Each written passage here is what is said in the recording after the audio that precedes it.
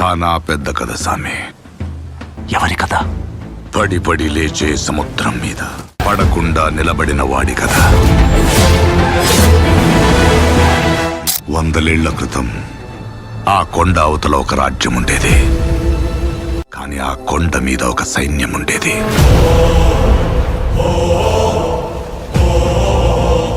దేశం జల్లెడపట్టి రాజు తెచ్చుకున్న సైన్యం. కులం లేదు, మతం లేదు, భయం అసలే లేదు. వైఎస్ రాజశేఖర రెడ్డి అనే నేను, ఎదుగూరి సందింటి రాజశేఖర రెడ్డి గారు, మీ ఎదుగూరి సందింటి రాజశేఖర రెడ్డి గారు, ఈ కడప జిల్లా బిడ్డ, పులివెత్తుల పులి. ఈ రోజు వరకు కూడా రాజశేఖర్ రెడ్డి అని పేరు తలుచుకునే వాళ్ళు, గుండెల్లో పెట్టుకొని పూజించుకునే వాళ్ళు కోట్లల్లో ఉన్నారు మన రాష్ట్రంలో. ఎందుకంటే రాజశేఖర్ రెడ్డి గారు ముఖ్యమంత్రిగా పనిచేసింది కేవలం 5 సంవత్సరాలు మాత్రమే. 5 ఏళ్లు మాత్రమే రాజశేఖర్ రెడ్డి గారు ముఖ్యమంత్రిగా పనిచేశారు. కానీ 5 ఏళ్లలో ఎంతమంది గుండెల్లో దేవుడై నిలిచిపోయారు. రాజశేఖర్ రెడ్డి గారు ముఖ్యమంత్రిగా ప్రమాణ స్వీకారం చేయంగానే మొట్టమొదటి సంతకం రైతులకు ఉచిత విద్యుత్ మీద పెట్టాడు. ఆ తర్వాత రైతులకు రుణమాఫీ కూడా చేశాడు. ఈ రాష్ట్రంలో రైతాంగానికి కాంగ్రెస్ పార్టీ ముఖ్యమంత్రి అధికారంలో వచ్చిన తర్వాత చేయబోయే మొదటి సంతకం ఈ రాష్ట్రంలో రైతులకు ఉచితంగా కరెంట్ ఇవ్వడం అనే కార్యక్రమం చేస్తున్నామని మనం చేస్తున్నాం. రైతులకు రుణమాఫీ చేసిన ఘనత ఇంకో ముఖ్యమంత్రికి ఎవరికైనా ఉందా మన రాష్ట్రంలో? ఒక్క రాజశేఖర రెడ్డి గారు మాత్రమే రైతుని నెత్తిన పెట్టుకున్నాడు, గుండెల్లో పెట్టుకున్నాడు. పులుపాలైపోతున్నాడు అని రాజశేఖర రెడ్డి గారు ఆరోగ్యశ్రీ పథకాన్ని తెస్తే ఎంతమందికి జీవం పోసింది ఆరోగ్యశ్రీ, ఎంతమందికి ప్రాణం పోసింది Aarogyasri.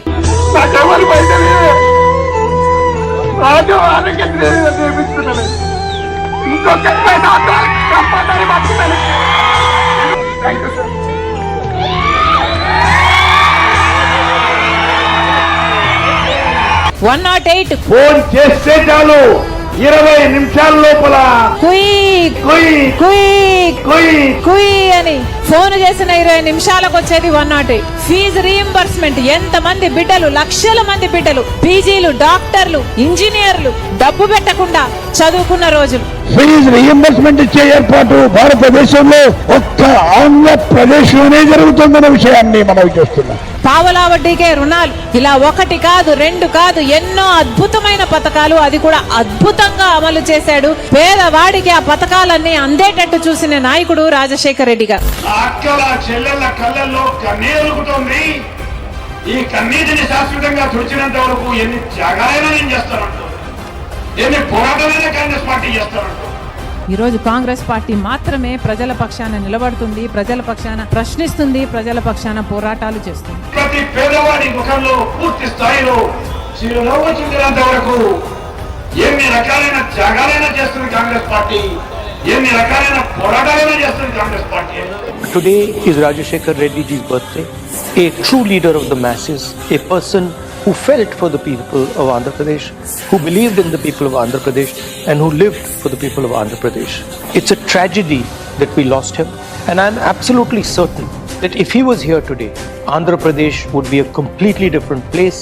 It would not be facing the tragedies, the difficulties it is facing today. YSR అంటే గుర్తొచ్చే మాట తప్పేది లేదు, మడమ తిప్పేది లేదు అనే పదం వైఎస్ఆర్ గారి డిక్షనరీలో ఉంది అని అంటే నాయకుడిగా వారు ఎంత బలమైన చెరగని ముద్రేసిండ్రో మనం ఆలోచన చేయాలి. ముఖ్యమంత్రిగా పనిచేసిన తర్వాత 1 దశాబ్ద కాలం అయిపోయిన తర్వాత కూడా ఇంకా రాష్ట్ర ప్రజల హృదయాల్లో చిరస్థాయిగా కనపడేటువంటి ఏకైక ఆనాటి ముఖ్యమంత్రి ఎవరంటే డాక్టర్ వైఎస్ రాజశేఖర రెడ్డి గారు. నాయకుడు అనేవాడు అవ్వటం చాలా కష్టం. రాజశేఖర రెడ్డి ఒక నాయకుడు. రాజశేఖర రెడ్డితో 20 సంవత్సరాల పాటు ఏ పదవి లేకపోయినా అనేక మంది ఆయన వెనకాల వెళ్ళారంటే ఆ ఫేస్లో ఉన్నటువంటి ఆ గ్లామరు, నీకు కష్టం వస్తే నేను నిలబడతాను రా అనేటువంటి ఒక మెసేజ్ చెప్పకుండానే ఇచ్చేవాడు. ఆల్మోస్ట్ నాన్నని నేను కలిసిన ఆఖరిసారి కావచ్చు. ఆ రోజు రాత్రి నాన్న మాట, పాప్స్ నా జీవితము జలయజ్ఞాని కోసమే దేవుడు పుట్టించాడేమో, జలయజ్ఞం నేను చెయ్యగలిగితే నా జీవితం, నా పర్పస్ నేను ఫుల్ఫిల్ చేసిన వాడిని అవుతాను. ఆరోగ్యశ్రీ అయినా, ఫీజు రీయింబర్స్మెంట్ అయినా, ఇందిరమ్మ ఇల్లు అయినా, 108 ఇవన్నీ బోనస్, కానీ జలయజ్ఞం మాత్రం నా హృదయానికి చాలా దగ్గర అన్నాడు. నాన్న ఈజ్ అన్ ఎక్సెప్షనల్ డాడ్. ఈ ప్రపంచంలో ఎన్నో ప్రేమలున్నాయి. అన్నిటికంటే గొప్పది ఒక తండ్రి తన కూతురు మీద చూపించే ప్రేమని నాన్న నాకు రుజువు చేశాడు. నాన్న నా మీద చూపిన ప్రేమ చాలా అసాధారణమైనది. ఆయన ప్రతి పలకరింపులో, ప్రతి మాటలో ప్రేమ కనిపించేది. ఎంత మందిలో ఉన్న కంపాప్స్ అని ఇలా చేయి చాపి నన్ను దగ్గరికి తీసుకొని కౌగలించుకునేవాడు. ప్రతిరోజు ఆ ప్రేమను ఆస్వాదించాను. I'm indeed very grateful for all his love. నిజం చెప్పాలంటే నాన్న ప్రేమలో నేను దేవుని ప్రేమ ఎలా ఉంటుందో చూశాను.